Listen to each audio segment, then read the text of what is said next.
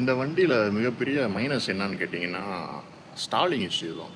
அதாவது இப்போ நீங்கள் தேர்ட் கியரில் போயிட்டுருக்கீங்க அப்படின்னா, டக்குன்னு வந்து கியரை கம்மி பண்ணும்போது வண்டி ஆஃப் ஆகும்.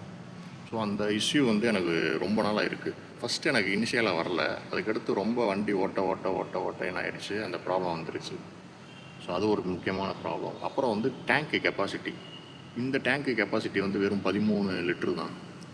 எனக்கு இது டேங்க் கெப்பாசிட்டி கம்மி அப்படின்னு எப்போ ஃபீல் ஆச்சுன்னா, நம்ம லாங் போயிட்டே இருக்கும்போது லடாக்கில் ஒரு இடத்துல வந்து கிட்டத்தட்ட ரொம்ப ரேஞ்ச் கவர் பண்ண வேண்டியதாக இருந்துச்சு. அங்கே வந்து பெட்ரோல் பல்கே கிடையாது.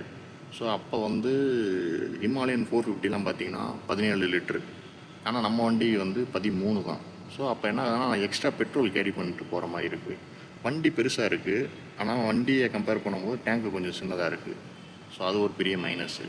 அப்புறமேல் பார்த்தீங்கன்னா, வண்டி வந்து ஹீட்டிங். அதாவது சிட்டிக்குள்ளே போனீங்கன்னா வண்டி தொடையெல்லாம் அவ்வளோ ஹீட் ஆயிரும். அவ்வளோதான் இப்போதைக்கு. அப்புறம் அடுத்த ஒரு சின்ன விஷயம் என்னென்னா, ஹெட்லைட்டு.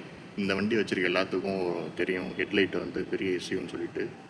அப்புறம் லாங் போகும்போது வந்து க்ரூஸ் கண்ட்ரோல் இருந்தால் நல்லாயிருக்குமோ அப்படின்னு ஃபீல் ஆகுது. ரொம்ப நேரம் வந்து இந்த வண்டியை வந்து ஸ்மூத்தாக ஓட்டோம்னா க்ரூஸ் கண்ட்ரோல் தான் இன்னும் பெஸ்ட்டாக இருக்கும். மேபி அடுத்த மாடலில் அது கொண்டு வந்தால் ரொம்ப நல்லாயிருக்கும்.